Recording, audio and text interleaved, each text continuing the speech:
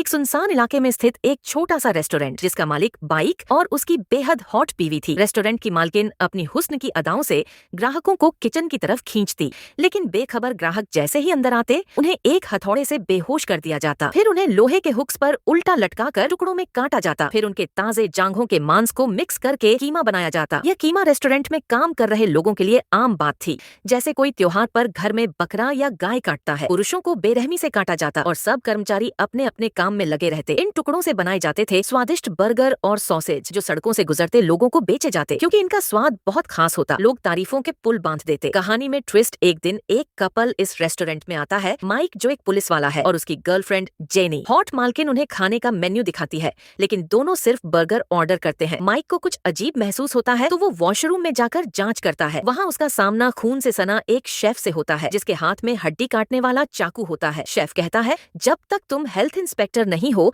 मैं ये चाकू तुम्हारे लिए फिर से नहीं निकालूंगा। माइक उसकी बातों को नजरअंदाज कर वापस आकर खाने लगता है, लेकिन उसे खाना निगलना मुश्किल लगता है। जेनी बड़े मजे से खा रही होती है। जेनी के जोर देने पर माइक भी एक बाइट लेता है और स्वाद का दीवाना हो जाता है। बड़ा खुलासा बर्गर खाने के बाद एक पागल किस्म का आदमी माइक से उसका बर्गर छीन लेता है। जेनी तेजी से उस पागल को धराशायी कर देती है। वो आदमी वॉशरूम में जाता है, लेकिन वहाँ एक भारी भरकम आदमी उसे पकड़कर रसोई में ले जाता है, जहाँ उसे काट दिया जाता है। रात होते ही उस पागल की लाश के टुकड़े किए जाते हैं। माइक फिर से एक सॉसेज ऑर्डर करता है, लेकिन उसे पता चलता है कि टमाटर सॉस नहीं है, तो वो उसे ढूंढने निकलता है। किचन में उसे जमीन पर खून नजर आता है और फिर वो एक भयानक बातचीत सुनता है। कल के स्पेशल इवेंट के लिए कुछ खास मेहमानों को बुलाना है। यहाँ एक पुलिस वाला भी आया है। अगर उसे सच्चाई पता चल गई तो उसे भी काट डालेंगे। माइक को एहसास होता है कि वो अब तक इंसानों का मांस खा रहा था। वह और जेनी तुरंत भागने की कोशिश करते हैं, लेकिन कोई उनकी कार के साथ छेड़छाड़ कर चुका होता है। तभी एक तेज रफ्तार पिकअप ट्रक आता है,